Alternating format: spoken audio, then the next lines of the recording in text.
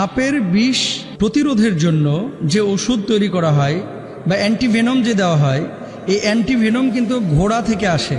আপনারা কি এটা জানেন? তো এই অ্যান্টিভেনম মানুষের শরীরে যে প্রবেশ করানো হয়, একটা পশুর শরীর থেকে অ্যান্টিভেনম তৈরি করে এটা মানুষের শরীরে প্রবেশ করানো ইসলাম অনুমোদন করে কি না।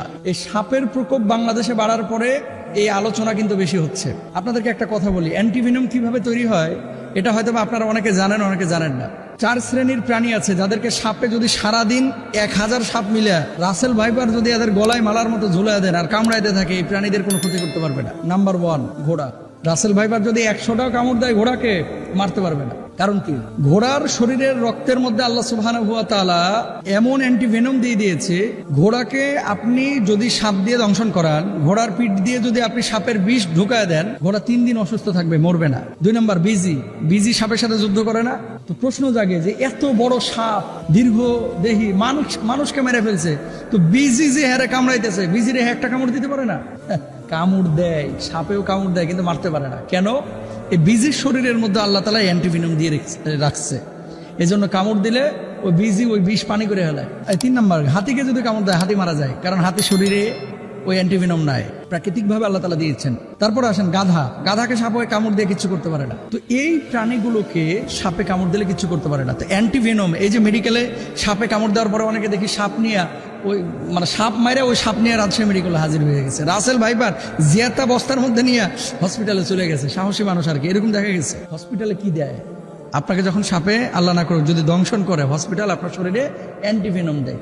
অ্যান্টিভেনম কিভাবে তৈরি করে খেয়াল করেন। আপনারা অনেক সময় দেখেছেন যে গবেষণাগারে, যেমন চিটাগং বিশ্ববিদ্যালয়ে এক শ্রেণীর একদল গবেষক আছে যারা সাপের বিষটাকে দেখবেন ছোট একটা কাচের গ্লাস নেয়, এটার উপরে রাবারের মতো একটা কাপড় বা একটা বস্তু দেয়, পর্দা দেয়।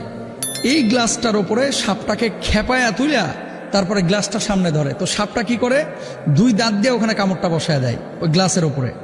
তো পর্দা ভেদ করে বিষটা কিন্তু ফোটায় ওই গ্লাসে জমা হয়। এরকম মনে করেন 50টা সাপের বিষ যদি নেওয়া হয়, হয়তো বা 20 গ্রাম, 10 গ্রাম, 5 গ্রাম, 7 গ্রাম বিষ পাওয়া যায়। এই বিষটা নেওয়ার পরে এটাকে ইঞ্জেকশনে ওই যে এই সিরিজের মধ্যে বিষটাকে ঢুকানোর পরে, যেহেতু ঘোড়ার শরীরের মধ্যে অ্যান্টিবডি আছে, ওই সাপের বিষটাকে ইঞ্জেকশনের মাধ্যমে ঘোড়ার শরীরে ঢুকিয়ে দেওয়া হয়। ঘোড়ার শরীরে যখন বিষটাকে ঢোকানো হয়, ঘোড়াটা অসুস্থ হয়ে যায়। 3 দিন সময় লাগে, ঘোড়ার পুরো রক্তে ওই সাপের বিষটা ছড়িয়ে পড়ে। তো ঘোড়া 3 দিন অসুস্থ থাকে। ওই 3 দিন পরে ওই রক্তের মধ্যে অ্যান্টিবডি তৈরি হয়ে যায়। সুবহানাল্লাহ।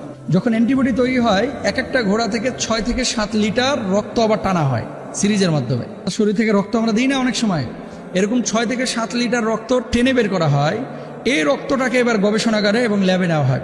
ল্যাবে নেওয়ার পরে রক্তের কি কি উপাদান আছে আপনারা তো জানেন। RBC, red blood cell, WBC, white blood cell, এই সেলগুলোকে তারা আলাদা করে, সিরামটাকে আলাদা করে। রক্ত দেখবেন যে একটা সাদা অংশ আছে কিন্তু রক্তের, প্লাজমা বলি আমরা, এই সাদা অংশটাকে তারা আলাদা করে। আলাদা করার পরে এবার আরেক গবেষণাগারে নিয়ে যায়। ওই সাদা অংশটা থেকেই অ্যান্টিবডি, অ্যান্টিভেনাম তৈরি করা হয়। তার মানে কি? সাপের যে প্রতিষেধক, এই প্রতিষেধক দেখেন আল্লাহ তাআলা কার শরীরের মধ্যে দিয়ে রাখছে? ঘোড়ার শরীরের মধ্যে দিয়ে রাখছে। সুবহানাল্লাহ। আল্লাহ তাআলা কত ক্ষমতাবান, কত শক্তিমান। দেখেন যে একই সাপ সামান্য একটু আঁচড় দিয়ে মানুষকে মেরে ফেলছে, আর এটার প্রতিষেধক আল্লাহ সুবহানাহু ওয়া তাআলা ঘোড়ার মধ্যে দিয়ে রেখেছে। তো আমাদের কি করতে হবে? আমার বোন যে প্রশ্নটি করেছে যে ওই প্রাণীর রক্ত থেকে যেহেতু বানানো হচ্ছে, এ পাবনায় মনে হয় গত সপ্তাহে দেখলাম একটা নিউজ, 10 জন মিলে ঘোড়া জবাই করে খাই হালাইছে। এটা নিয়ে কিন্তু নিউজ হয়েছে। তো এলাকায় আবার মানববন্ধন শুরু করেছে। হানাফি মাযহাবের কারো মতে ঘোড়া খাওয়া নিষিদ্ধ, মাকরুহে তাহরিমি, কিন্তু অন্য মাযহাবে কিন্তু ঘোড়া খাওয়া জায়েজ আছে।